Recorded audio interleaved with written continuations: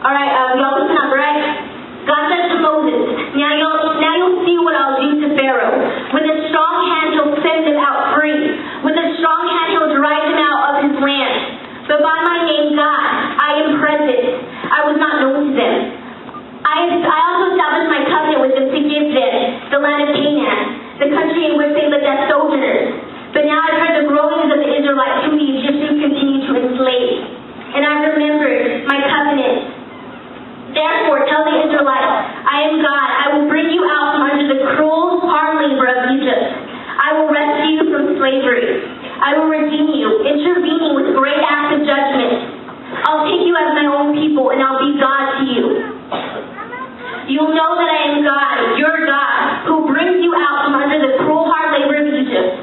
I'll bring you into the land that I promised to give Abraham, Isaac, and Jacob, and give it to you as your own country.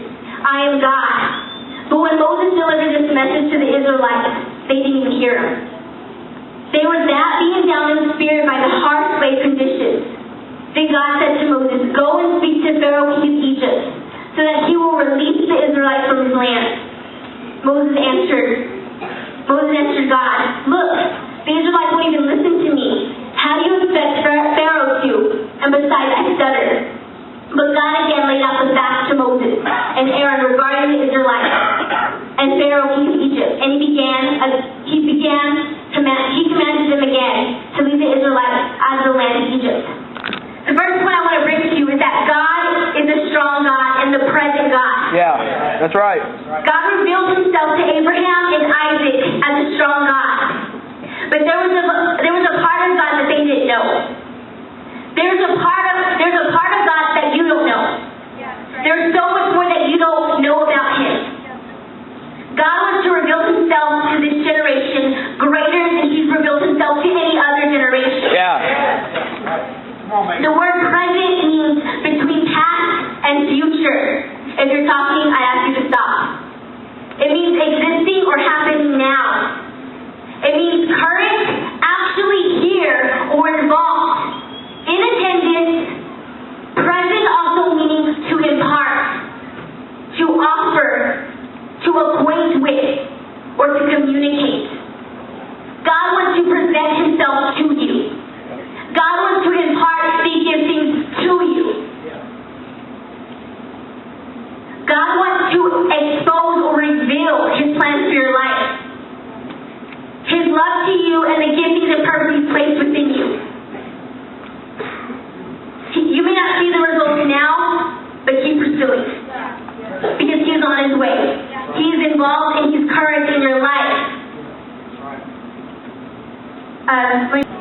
Alright, you may not see the results, but keep pursuing.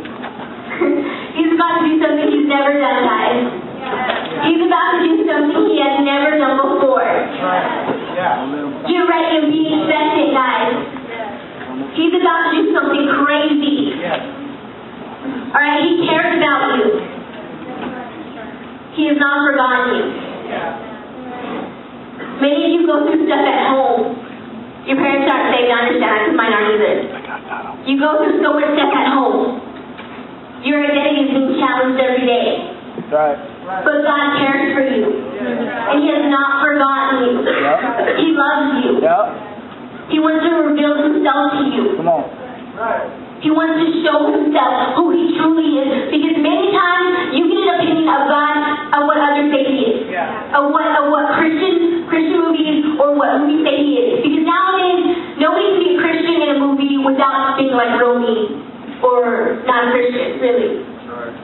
So you cannot get an opinion of God from a movie, from a magazine. You have to find out for yourself who God is. Because I can tell you, man, God is great, God is awesome, God is this, God is that. But you will not truly know who God is until you experience him for yourself. No one can make you get into the presence of God. I can tell you, man, read your word. You'll pray, spend time with God. But you cannot truly know who God is until you spend time with God, until you experience who he is, until you communicate to him. Alright, God is, the second point, God established a covenant with them to give them the land of Canaan. God has established a covenant with you. You know what a covenant is? Promise.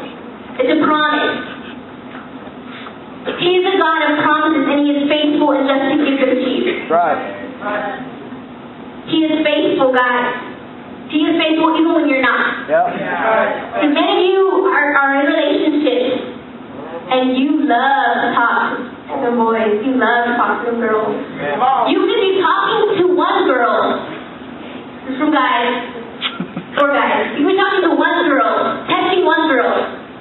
Stop texting her, call another girl. Yeah. I mean, you've done it. Some of you have done it. Girls can even be that scandalous too. That's right. Girls can be scandalous too.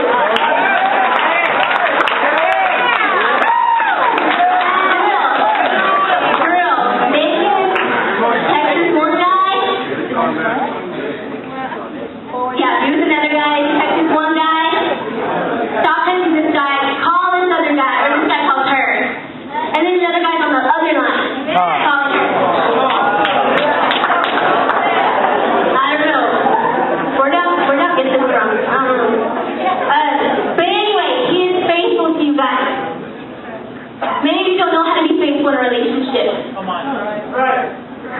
You don't know how to be faithful in a relationship. Many of you want to do love triangles with God. You want to make God the third wheel. You want to do like, okay, God, we're going to pray together. We're going to together. Oh my gosh. God, man, God, there's this really cute girl, or I don't know, sexy, fine, I don't know whatever you'll call it. God, come on, I'm going to go to church, and I'm going to get my life to you, and then maybe you'll like me. And girls fall for it. They do. They fall for it. But you cannot have a love triangle with God. You cannot make Him a third wheel. He needs to be the first priority in your life. When it's deciding when to have a boyfriend or whatever, you ask, hey girl, you think this is okay? You know, we got that, and he's really cute.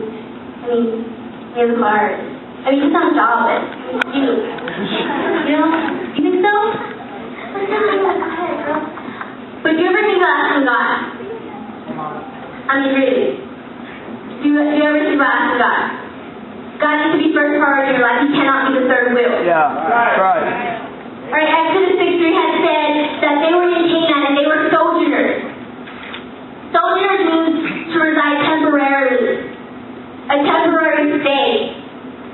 A brief period of residence. Many of us are satisfied with where we're at right now. Yep. We get into some complacent little space where this is my safe place. This is my place where, hey, nothing can touch me. I'm just fine. I don't read my Bible. I don't do anything. I just stare at it. But when you like a swamp, when the water stays there for quite some time, it gets nasty. There's some nasty stuff in that water. Real nasty. But so nasty, you don't want to go in there. It's nasty. Same place. It's the same thing. When you stay in a place for so long, you get real nasty. Yep. You get so nasty. Good. You see, because many of you think, oh God, I'm going to church. God, I'm a pretty girl. I'm a cute, fun guy. God, I mean, you see me. But God looks at the heart. Yeah. You can be real cute and real pretty, real sexy and fine on the outside, but He looks at your heart. He looks at the inside. Yeah. What is your true motive? Meagan. What are you doing this for? Yeah. What is your true motive? He looks at your heart. He looks deep within you, and you can't hide from God because He knows you. He knows why you come to church. He knows why you come to youth night.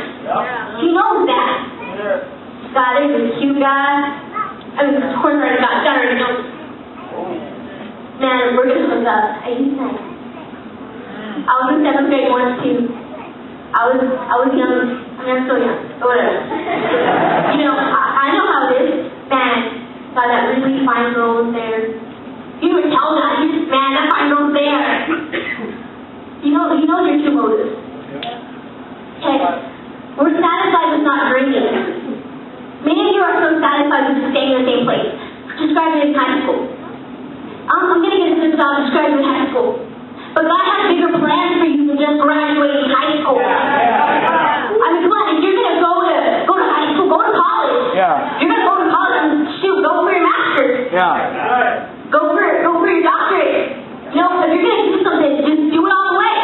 Don't just, it's like making going to race, running a race. You're not gonna go halfway. You wanna finish. What kind of runner doesn't want to finish? Have you ever heard a tracker not finishing? Makes no sense. You have to finish what you start. Alright, you were meant to have great things. You were meant to have great things. Many of you don't believe that you are worth waiting for. Many of you don't believe that you can have great things. Many of you believe that you can't graduate, that you can only go past this limit and that's it. But God says, no, don't give me a limit. Don't give me a limit of what I can do. He has great things for your life. You were bought with a price. A very expensive price. Very expensive. So why do you treat yourself cheap? Why do you